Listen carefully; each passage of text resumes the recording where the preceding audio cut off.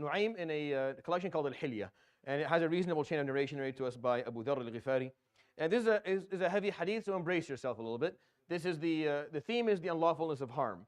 And as I have explained a number of times over the last maybe 600 khatirahs over the last 3 years, that the Prophet ﷺ's words are always very well chosen. They're very precise, articulate. They're very kind and tender. They're very tender. They're not heavy. Very rarely does he use heavy words. But when he does it to spark a little bit of interest in you and maybe some extra attention to what he's talking about, alayhi salatu wasalam. Because it's like someone who's always speaking in a certain tone, and then they change it for a moment. It's just so that they grasp your attention for a second. So he's always very tender in his words, alayhi salatu wasalam. Sometimes he'll use a very heavy word just to get you to pay attention.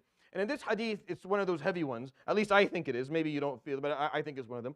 And I think he uses this term, the words he uses because of the fact that harm is just such a big problem. And this is what he said, alayhi salatu قال عليه الصلاة والسلام من آذى المسلمين في طرقهم قد وجبت عليه لعنتهم. The person who harms Muslims in their roads, طرقهم, meaning as they go back and forth to their jobs or to buy and sell. Meaning the road is seen as a place where you are out of your element. You're not in your house. You're not protected.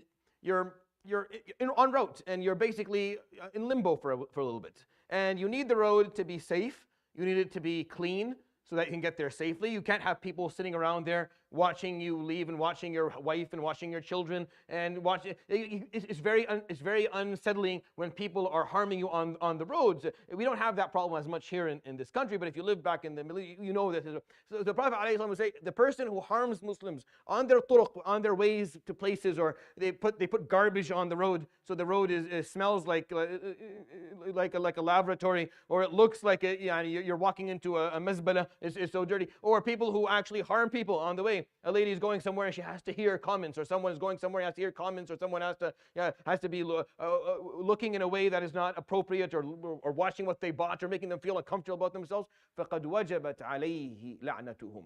Meaning this person is deserving of the damnation of the Muslims upon them. Meaning this person is deserving. If the Muslims are to say la'natullahi alayhi, he's deserving of it. And they wouldn't. But if they were to do it, this person deserves it. Deserves for Muslims to say la'natullahi, and may Allah damn them. May Allah curse them. Because but what's the harm? Again, every example I've given you so far, aside from the hadith of yesterday, that's a monumental hadith. All the types of harm the Prophet ﷺ has pointed out are لا يتناجى اثنان دون الثالث. Right? Don't two people whisper and the third person listen. Someone who's walking up, going through groups of people who are praying, trying to get up front. What's the harm in all this stuff? What's the real harm? It's very simple. It's really nothing, right? It's not. Yeah, it is. It is. That's the whole point. The whole point is saying, yeah, it is. He's saying it surely is. This is real harm. It means a lot. Do not do it. It's a big deal. It's not something simple. No. Who told you it's simple?